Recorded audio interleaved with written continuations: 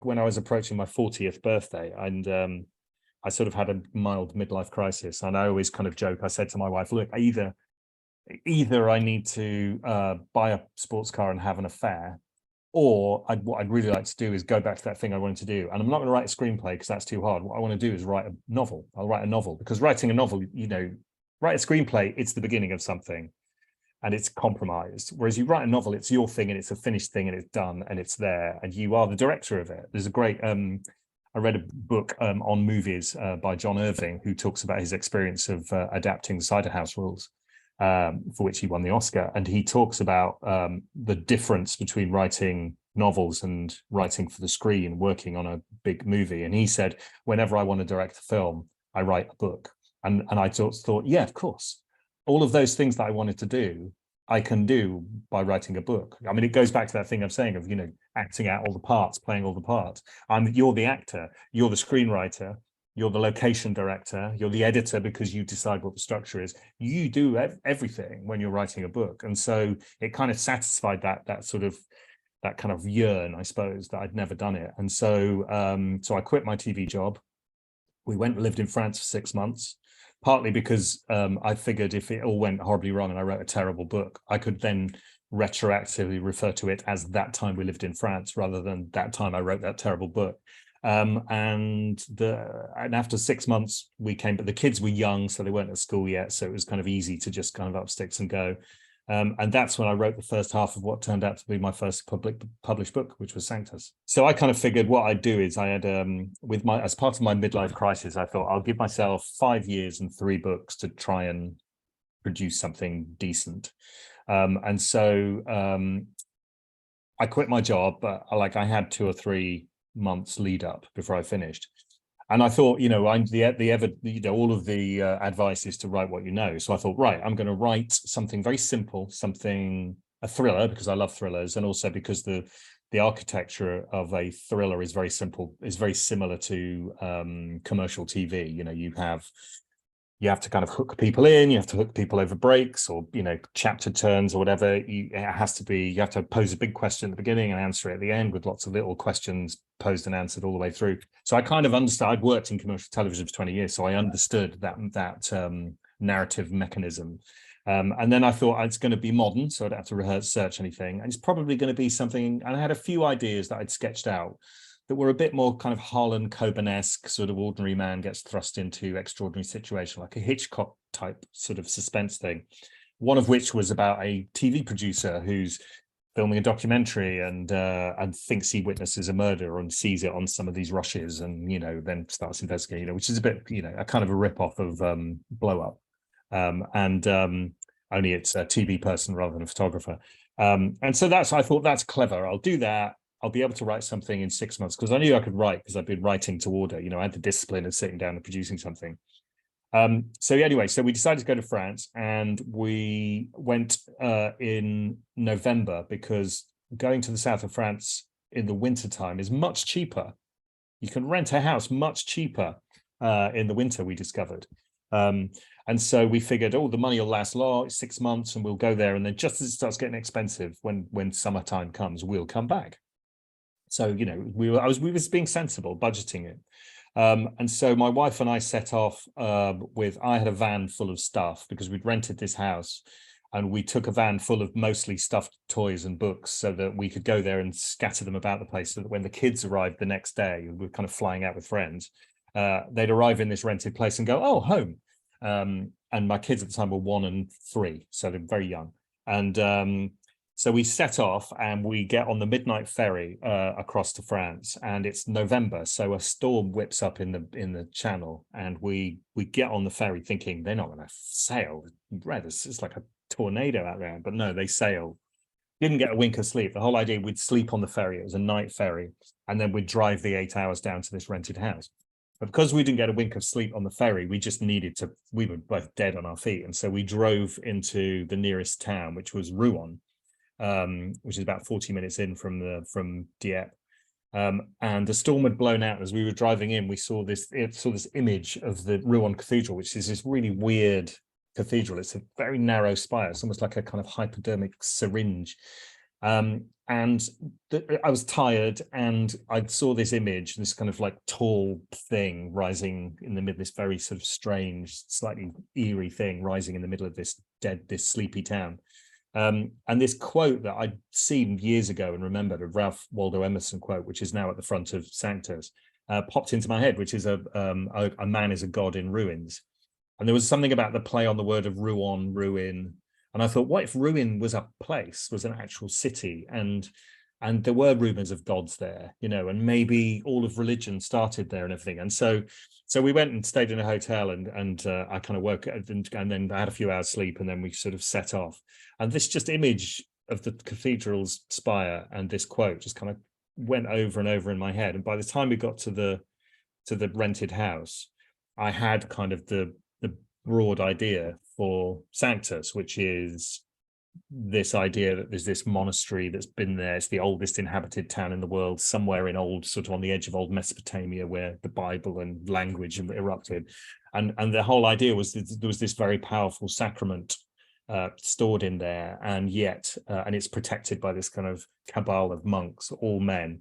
And the secret has been maintained for centuries because men go in, they're kind of like lifted up, and it's in this tower, and the monastery is on this tower that's unscalable, and they die in there and keep the secret. They maintain the sacrament, whatever it is. And so that was the kind of sparking point. And then I had the idea of a monk climbs out, makes a provocative symbol, falls to his death. He swallowed some things. He kind of falls outside the jurisdiction. So there's an autopsy. They find the things in his stomach, one of which turns out to be a phone number that they ring. And it connects to an female investigative journalist in New Jersey, whose brother disappeared 8 years earlier on a mountaineering expedition. And so she goes to try and find out what it is. And, shenanigans ensue. Very Dan Brown-esque, sort of, with this whole kind of mystery, with a big kind of very religious tinge at the center. But of course, like nothing like the thing I was set out to write. It involved research, making stuff up, whole world building. So yeah, I didn't get it done in 6 months. I'd written about half of it, maybe not even half, maybe a third of it in 6 months. And then I had to come back and get another job in TV and finish. It took another year and a bit to finish it off. But it was the best idea. And I think I'm a great believer in, you've just got to, whatever the best idea is at the time, the thing that excites you most, you've got to go for it, no matter how much it scares you. So I parked it and wrote Dark Objects, which was the book last year, which was my lockdown book. And the reason I wrote Dark Objects is because it's set in North London. And that starts off with a woman's found murdered in this amazing mansion overlooking Highgate Cemetery in North London. And it's a fortress, this place. But there's no sign of a break-in. All the cameras have been switched off. There's no forensic evidence left behind. The only thing around the body are these 4 objects that do not belong in the house. There's these World War II medals. There's some keys that fit no lock in the entire house. There's a child's toy, a unicorn toy, and the woman was childless. And there's a book written by an academic called How to Process a Murder Scene, on how to basically just sort of, hide your forensics, which obviously has been used. And the woman who wrote this is this reclusive academic who also happens to be the estranged daughter of the chief of police.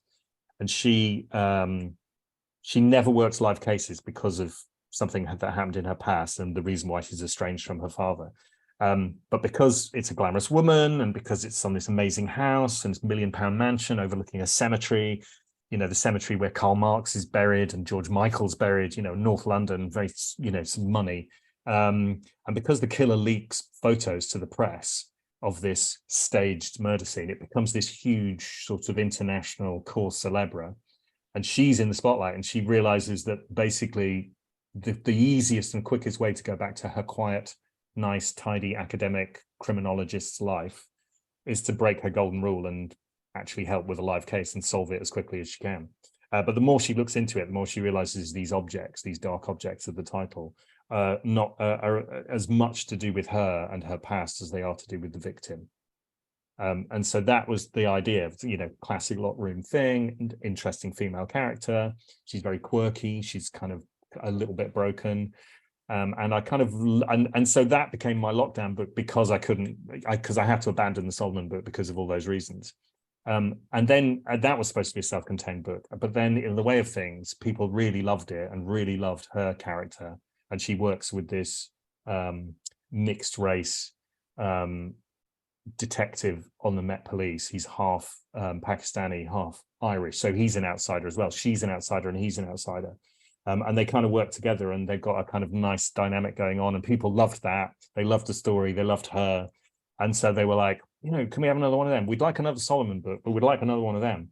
And I happen to have another idea, so I basically have written another. So the book that's coming, just about to come out, The Clearing, which I'm contractually obliged to hold up, and there it is, which is the follow-up to Dark Objects, is the second sort of mystery that Lawton, Dr. Lawton Rees, my main character, gets involved with, now that she's got a taste for working life cases from the first book. So yeah, it's kind of slightly haphazard actually, and just I sort of go wherever I go wherever the best idea. That's the thing. My tuning fork, my divining rod is whatever the best idea I currently have is. That's the one I should write, and that's kind of what I've done. So the other books, they have law enforcement in them, but they're definitely not procedural books. You know, they're sort of, you know. So the Sanctus trilogy, the main character is an investigative journalist, and so she's got skills and she's got interview skills and she can talk her way into places, but there's no sort of bagging evidence in any of that, which gives you a certain freedom. Solomon Creed, he doesn't know what he's doing. He just bumbles in and asks questions and gets into trouble and sort of figures it out as he goes along. And most of the time in that, the law enforcement are the enemy. And so with this, you know, doing it from the other side was part of the attraction. Also, I kind of thought I really like reading procedural type books, but I didn't want it to be a straight, I didn't want the main character to be a cop. Partly because I just sort of think there's loads of them around and done really well. And also it's quite constricting, you know, because they have to operate within the rules. And it's always nice to have a character who's got a bit more leeway. And so because Lawton Rees is a criminologist, she's an academic, she's kind of police procedural adjacent, in the sense that she understands things really well because she's written textbooks on how to, you know, process murder scenes, which is one of the Dark Objects. Oh, hello, dog. And she's she's also, you know, she's got access to various databases because of her academic work, but she's not police, you know, so she's not bound by that kind of stuff. She can, you know, she's not paid to do the paperwork and do all this kind of stuff. She can kind of go wherever she wants. And so but because it's a live investigation, of course, it has to follow proper procedure. And so that was one of the things that appealed to me, because I don't know how to do, I'm not a policeman and everything. So I just figured that would be a nice thing to sort of have to, a discipline of have to kind of do that properly and figure out the correct way of doing things and play fair by the rules. And very fortunately, I've got an old school friend who was in the police force. And so I sent him an early draft and basically said, you know, I just wrote the story and kind of figured it out. And we all sort of think we know we're experts because we've all seen the shows and read the books and go, yeah, I know that. I know about Miranda rights and all those sort of things. And, you know, I know about their kind of luminol for blood. And yeah, I've seen Dexter. So you kind of put it all in. And he very kindly and very politely sent back, I think it was like a 20-page email of all the things that were wrong with him, basically. But he was great because rather than just go, because he'd read the story, rather than me talking to him and saying, I'm thinking of doing this, and he says, that would never work because this, and this. Because I sent him the story and he could see what the intention was and he could see what I needed to do and what information needed to come out in order to propel the story forward. He'd go, you couldn't do it that way, but you could do it this way, or you could get that information a different way by asking this question to this people. Like a really good example in The Clearing, there's a woman goes missing and her sister's trying to find her, and she's got a backstory that's a bit cagey. They were in care, they were taken into social care, and you think that there's maybe something from their past, and she won't tell Lawton anything about it. She's very closed in about it. So Lawton tries to find out. Now, I don't know what it's like in America, but in the UK, trying to find any information about a minor is almost impossible. You need to fill in so much paperwork. It has to be signed off. You need a really good reason. And so it's a problem, particularly with a novel where you want someone to basically send an email and someone go, yeah, that person was taken into care on January the 4th. You know, you kind of need the information but you also want to, you know, you don't want to sort of make it up and have some magic database that they can put something in. You know, it's like the magic fingerprint on CSI, where it's like, we got a match. It's like, it never works that way. or DNA, we got DNA, all that. You kind of don't want to do that. And what he suggested, he said, well, the thing is, actually, in this case, there are no files. The files are missing. And he said, so in that case, because the files are missing, rather than asking for specific information, you could just ring a lowly clerk and go through all the sorts of proper things. He says you could just ring a lowly clerk and say, oh, I'm just about to put in a request for all this, but I think there might not be any files, because she suspects there isn't. Could you just tell me whether there are any files? And if there are, I'll go through the proper channels. But if there aren't, I won't bother waste anybody's time. And she goes, yeah, there aren't any. Don't waste your time. So you get the information that the files are not there. And so clearly someone's taken them, but like in a very natural way without having to break any rules. And so that's something he suggested. And so so I sent him dark objects and he sent me a whole thing back, and I sent him the clearing and he did the same, because there's missing persons in that. And so I learned a lot about how missing persons work and how they're reported and all that sort of stuff. So yeah, so it's another level of discipline, because I think, when you're writing fiction, you need to get the stuff that you can get right, you should get right. And as long as it doesn't totally derail the story, I think you really owe it to the reader to kind of do your homework and do all that kind of stuff. It's why I went to Arizona before I wrote about it. I mean, I could have just sort of, gone on YouTube and looked at stuff and read travelogues and stuff. But unless you've stood in the desert and you can smell the creosote because it's raining somewhere, you don't understand that. You don't have that kind of sensory experience. Or how hot it is. I went in July. I went to Thriller Fest and I went straight afterwards, which is early July. And, things like all the campsites are shut, which you don't think about, but of course they are, because it's 42 degrees. It's like you'd die. You would die in the desert if you camped. So they're all shut. And so all of those little things kind of factor in a way that you just couldn't do from Googling. And it's the same with police procedural. It's like, yes, you can Google stuff, but actually talking to a veteran police person who, because because there's the rule book, but also there's a way of getting things done, and they know how to get things done without, bending the rules without breaking them, asking the right question to the right person, going to a lowly person rather than going to the top down who it's easier for them to say no. Favors, all that sort of stuff you only get from doing your homework and talking to the right people. And also, it's just like I just see writing each book as a really good excuse for just finding out loads of really weird esoteric things about stuff that I'm vaguely interested in. I'm nearly finished writing a third one, yeah. So that'll be next year's book, which is set in London. So the first one's set in London, second one's set in the Forest of Dean, which is this sort of kind of is a bit like Appalachia, but in the UK. It's kind of, lots of inbreeding and lots of kind of people going missing in this forest, this ancient forest. It's the ancient forest where all the oak came from that built the Henry VIII warships. It's that old. And so then the third one is set back in London and is centered around the Thames. All these headless bodies keep washing up regularly, and so they need to sort that out. So I'm nearly finished that now. I'll probably finish it this week, in fact, first draft. And then. And then the working title is The Black Highway. It won't be called The Black Highway. The Black Highway was a name that the Victorian watermen called the Thames because it was a main thoroughfare through the Thames. And also it was basically an open sewer. It was disgusting. There were just corpses and feces and sewage and everything was in it. And so it was called The Black Highway. So it's called The Black Highway because of the town. I doubt it'll end up being The Black Highway, but that's what it's called for now.